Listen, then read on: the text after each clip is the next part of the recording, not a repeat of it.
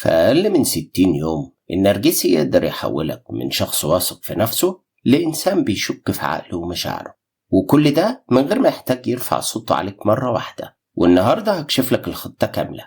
النرجسي مش دايما بيجي في صورة المؤذي، هو ساعات بيجي في صورة حلم، في صورة حب، في صورة المنقذ اللي كنت بتدور عليه.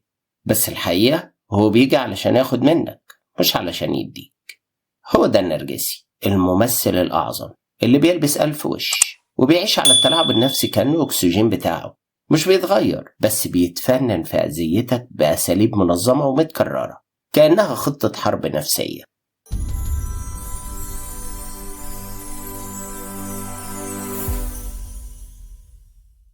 أعزائي المشاهدين في كل مكان، أهلا بكم. معاكم باسم من قناة هيوكا. وقبل ما نبدأ عايزك تخلي بالك من نقطة: مش كل شخص أناني أو مؤذي يبقى نرجسي.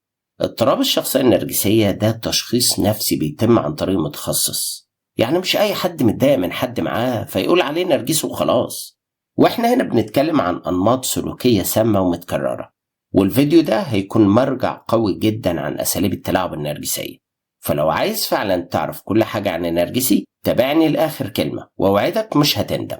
تعالوا نمشي سوا خطوة خطوة وناخد رحلة داخل عقل النرجسي من أول كلمة حب لآخر لحظة وجع، ونشوف إزاي النرجسي بيكسبك وبعد كده بيكسرك. هنتكلم عن المراحل اللي بيمر بيها النرجسي في حياتك، من أول ما يشوفك ويعرفك لحد ما يدمرك تماما. ودول عبارة عن 5 مراحل، كل مرحلة هيكون فيها خطوات وخدع نفسية. مجموع الخدع دي على بعضها هتكون 20 خدعة. تعالوا بقى نفهمهم بالتفصيل وبطريقة ممتعة.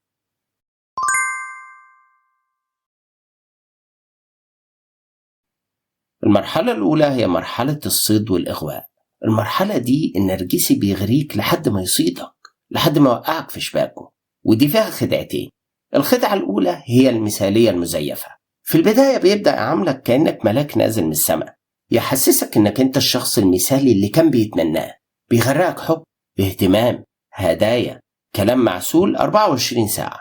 فالمرأة النرجسية بتخليك تصدق إنك قابلت توأم روحك، والراجل النرجسي حسسك إنك قابلت فارس أحلامك اللي هياخدك على حمارته العرجة ويطير بيكي. والاتنين بيمثلوا، يعني مثلا يسمعك كلام زي أنا عمري ما ارتحت لحد زيك، أنت أكتر إنسان فهمني في حياتي. أو مثلا يحسسوك إن سعاد حسني الله يرحمها هتيجي تغني لك بامبي بامبي بامبي. لكن في الحقيقة هو مش بيشكر فيك، هو بيبني صورتك المثالية جواه علشان يهدها بنفسه بعدين. يوعدك بمستقبل جميل بس ما عندوش نية ينفذه. تاني خدعة هي المقارنة المستمرة. بيبدأ يقارن في أول العلاقة، والمقارنة تكون بطريقة غير مباشرة. يعني مثلا تلاقي بيقولك أنت أحسن من كل الناس اللي قبلك، وده بيخليك تتعلق بيه وتحاول تحافظ على مكانتك المميزة اللي اداها لك. لكن المقارنة دي بتبقى سلاح ضدك بعدين.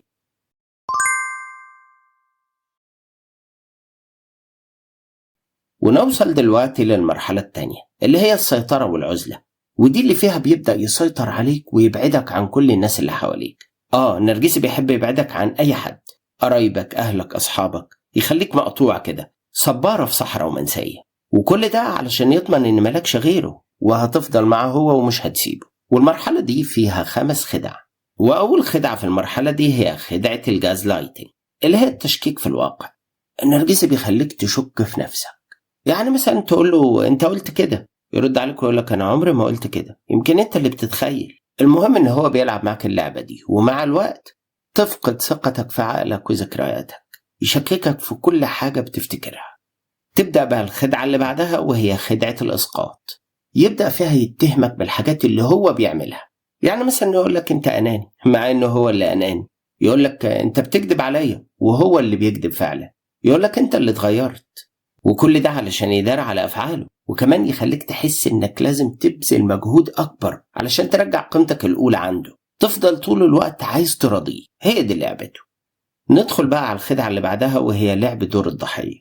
كل ما تواجهه بغلط عمله يقلب عليك الترابيزة، يعيط، يحكي قصص عن معاناته، يخليك تحس إن أنت ظالم. يعني مثلا يقول لك أنا تعبت من الناس اللي مش بتقدرني، حتى أنت زيهم. دراما يعني. الخدعة رقم 6 في الخدع بتاعتنا هي الترانجوليشن، اللي هي التسليس. يعني يبدأ يدخل أطراف تانية معاك في العلاقة، تبص تلاقيه يجيب سيرة حد تاني يقولك فلان شايف ان انت اتغيرت، صحابي قالوا لي ان انت بقيت بارد ومش بتحس بيا ومش بتهتم. كل ده علشان يحسسك ان انت تحت تقييم مستمر من الناس. او مثلا يجيب طرف ثالث ويشهده عليك، يعني يلم الاهل والقرايب والاصحاب ويقعدهم بقى قدامك ويعمل معاك مناظرة مباشرة على الهوا، يبدأ يهاجم، يكذب، يتجن عليك. والأنيل من كده إنك مش هتاخد فرصة تدافع عن نفسك أو حتى تقول كلمة. من الآخر كده النظام لم علينا عبيدك يا رب، وتنتهي المناظرة بإن أنت اللي ظالم. وكل ده علشان يفضحك، يشوه صورتك قدام الناس ويصغرك. الخدعة رقم 7 هي التحكم المالي. لو العلاقة فيها التزامات يبدأ هو يسيطر على الفلوس كوسيلة تحكم، لأن هو إنسان مادي بحت. هو ماشي بنظام أنا اللي بصرف فأنا اللي ليا الكلمة. لو النرجسي ده راجل يبدأ يمنع عنك الفلوس علشان يلو دراعك ويفضل يذلك وتفضل محتاج له دايما. ولو النرجسي ده امرأة تبدأ تعلي في صوتها بقى، ترفع حجابها، تغير نبرة الصوت، ايدها في وسطها، وتبقى ند ليك، تتحدك في كل حاجة. ما هي بتصرف معاك في البيت. النرجسي دايما ماشي بمبدأ أنا أصرف إذا أنا أسيطر.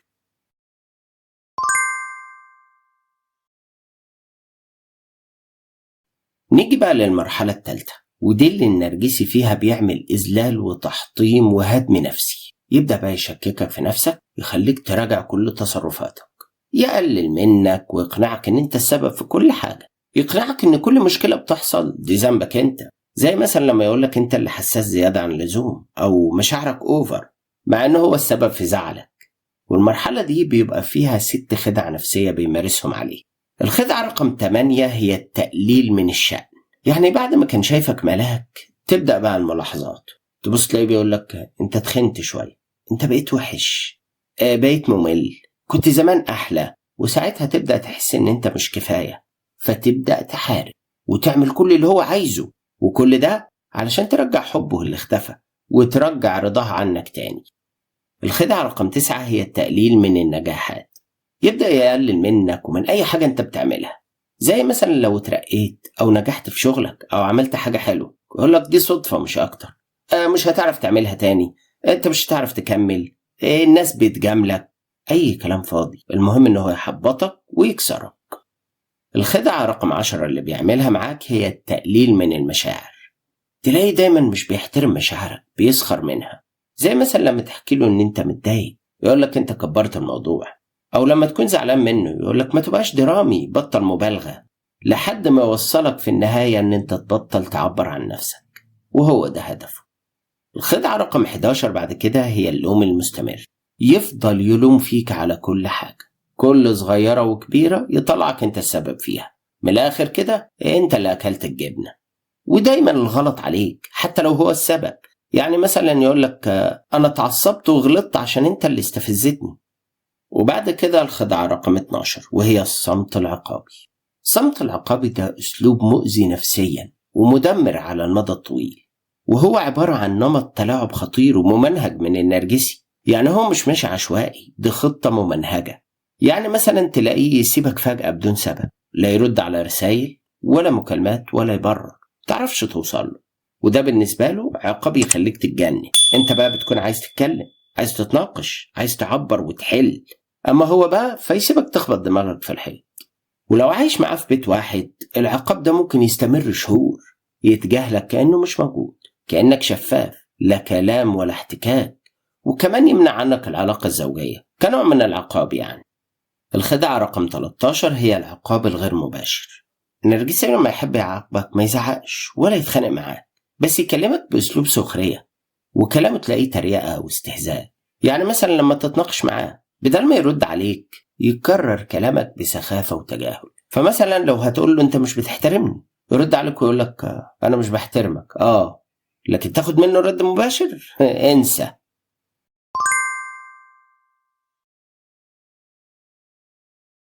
نيجي بقى للمرحلة الرابعة، الانسحاب والعودة، ودي فيها 4 خدع بيمارسهم. هنا النرجسي بعد ما يكسرك يبدأ يلعب بيك، فبيلجأ للخدعة رقم 14 وهي الهجر المتعمد. يسيبك في قمة احتياجك ليه ويختفي كأنك ولا حاجة. يعني مثلا بعد خناقة بسيطة بينكم تبص تلاقيه اختفى كأنه مات.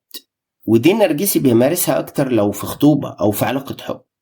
يجي بعد كده الخدعة رقم 15، وهي إلقاء الفتات، أو زي ما أنا بحب أقول عليها لعبة اليويو أو لعبة القط والفار. ودي بيعمل إيه فيها بقى؟ بعد ما يبعد عنك يبعت لك رسالة صغيرة زي مثلا وحشتني بس، أو مثلا يقول لك لسه بسمع أغنيتنا المفضلة، أو يختار أغنية أنت بتحبها ويبعتها لك.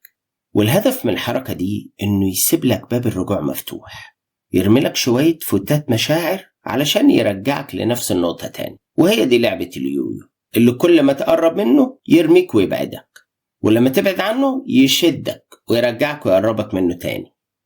وبعد كده الخدعة رقم 16 اللي هي الوعود الكذابة. المرحلة دي بقى بيبدأ يعيشك في الوهم والأمل الكذاب. يعني مثلا تلاقيه وعدك بمستقبل مش هيحصل، زي خلاص هنتجوز قريب، أو مثلا هنسافر ونلف الدنيا، هنفتح مشروع سوا، هنحل مشكلتنا ونعيش مبسوطين. بس كل ده كلام فاضي علشان يرجعك لنفس الدايرة. هو كل هدفه مش بس يرجعك مشتاق متحمس وعندك أمل، علشان يبقى عندك طاقة ويعرف يمتصها منك تاني ويستنزفك تاني، وتلف في نفس الدايرة في الوعود الكذابة. الخدعة رقم 17 هي إعادة التدوير. وفي الخدعة دي النرجسي بيرجع لك كأن مفيش حاجة حصلت، يجي يقول لك أنا اتغيرت خلاص نبدأ صفحة جديدة. لكن لما تفتح الصفحة تلاقيها نفس الصفحة القديمة بنفس الألم، مسلسل بايخ من حلقة واحدة وبيتكرر.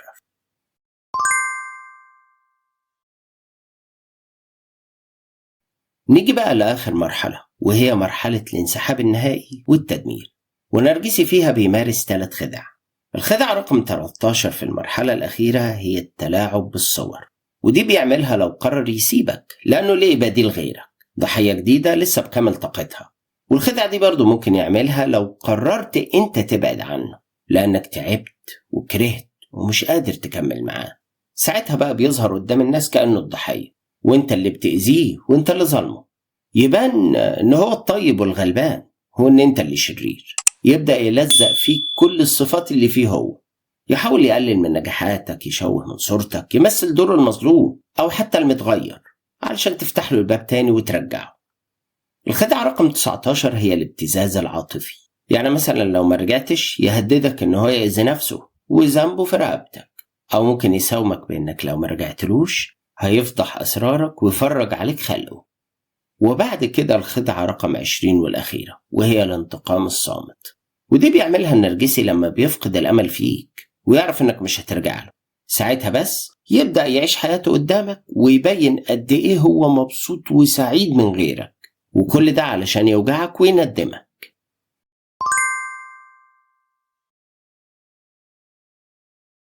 أفضل طريقة للتعامل مع النرجسي هي إنك ما تتعاملش معاه خالص. أعرف إن مفيش علاج للنرجسي إلا البعد عنه، هو ده العلاج الوحيد. اخلع منه، عيش حياتك، اهتم بنفسك وحاول تتعافى. عوض نفسك عن المرار اللي شفته معاه. ركز، حاول تنجح في حياتك، وده أكبر عقاب للنرجسي، إنه يشوفك بتنجح من غيره، يشوفك واقف على رجلك ومبسوط. ساعتها بس هيتكسر. ولو مجبر تعيش معاه اعمل القاعدة الذهبية بتاعتنا اللي كلنا عارفينها: التجاهل يعيد كل شخص لحجمه الطبيعي. وده فعلا العلاج السحري والفعال. افهم ألاعيبه، حط حدودك، ما تسمحلوش يعديها، وافتكر دايما ان النرجسي مش بيتغير. ودلوقتي عايزك تقولي ايه اكتر خدعة شايف ان هي صعبة فعلا.